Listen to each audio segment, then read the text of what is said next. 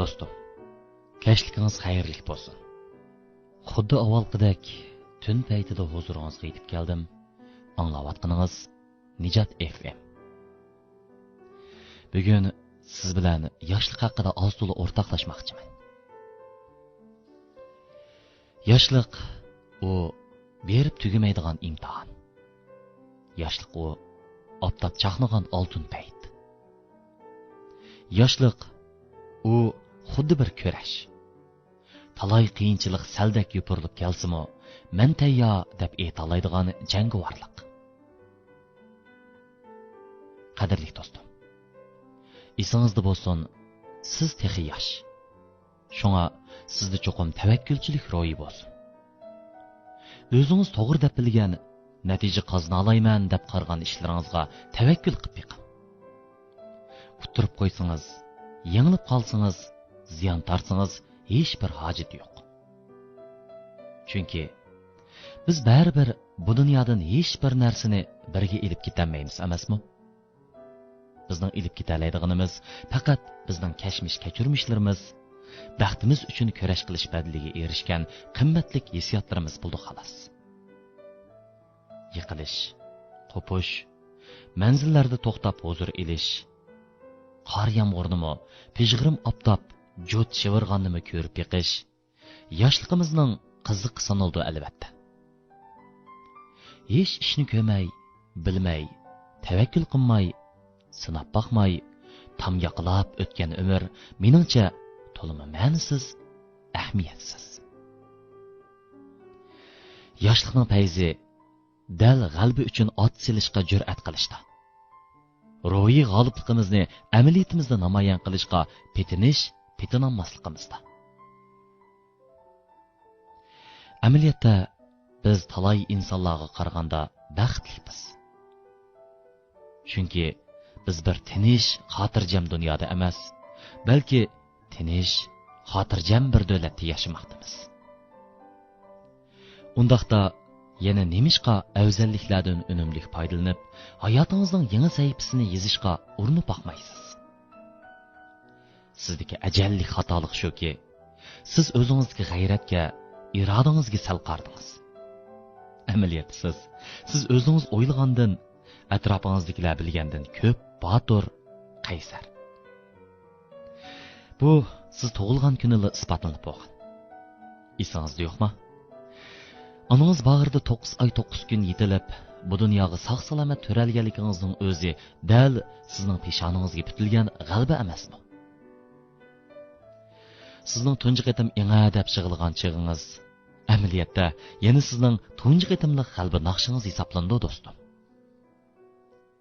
Holbuki bugungi kunga kelganda siz shu kunidagi bu vaqtingizchilikmi g'ayur bo'lolmay qelyapsiz. Balkim siz o'z-o'zingizga men tirishmadim emas, tirishdim, biroq natija qozona olmadim deyotgansiz.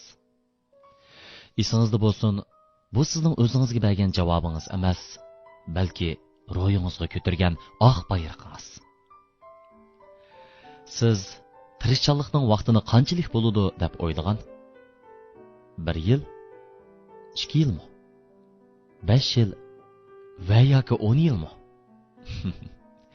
Siz xatolashdingiz, birodar. Amaliyotda tirishning bir kimlar bekitib bergan vaqti bo'lmaydi. Tiniqingiz to'xtagan eng oxirgi daqiqagacha bo'lgan barliq vaqt dal sizning tirish mazgilingiz. Tirishchilikning chegi bo'lmaydi do'stim. Natijaning ham oxirgi mazgili bo'lmaydi.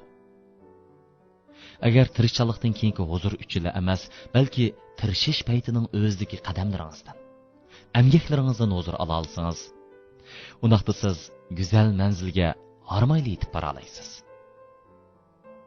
Aksicha, barcha amgakingizni faqat oxirgi huzur halovat, pul martaba uchun deb bilib olsangiz, siz cho'qim baxtla charchab yashab etibsiz.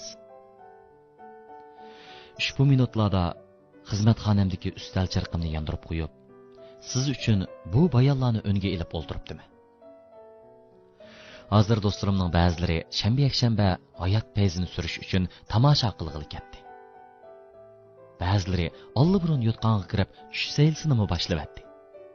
Balkim ularning nazarida men ahmoq bo'lishim mumkin.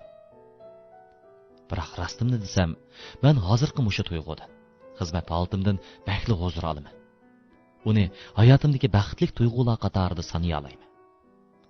Mundaq aytganda, men natijamdan emas, natija uchun bosgan qadamlarimdan, to'kkan tarim, tortgan jafoyimdanmi huzurlana olmayman.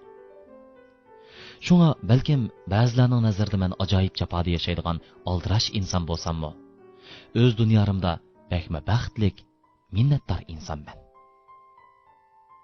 Demak, hayotimizdagi har bir mamnuniyat hayotimizga, turmushimizga qandoq berish bilan munosabatlik. Agar siz o'zingizga baxtni to'yib, boshqalardan ko'p yaxshi yashayotganligingizga iqror bo'lsangiz, undaqda boshqalarning sizni baxtsiz deb atashga hech bir haqqi yo'q. Ya'ni, hozir sizni yaramsiz, chidamsiz, baxtsiz hisoblayotgani boshqalar emas, dal o'zingiz. Vaqt hamma odamga teng taqsim qilingan. Gap sizning uningdan qanday foydalanishingizda.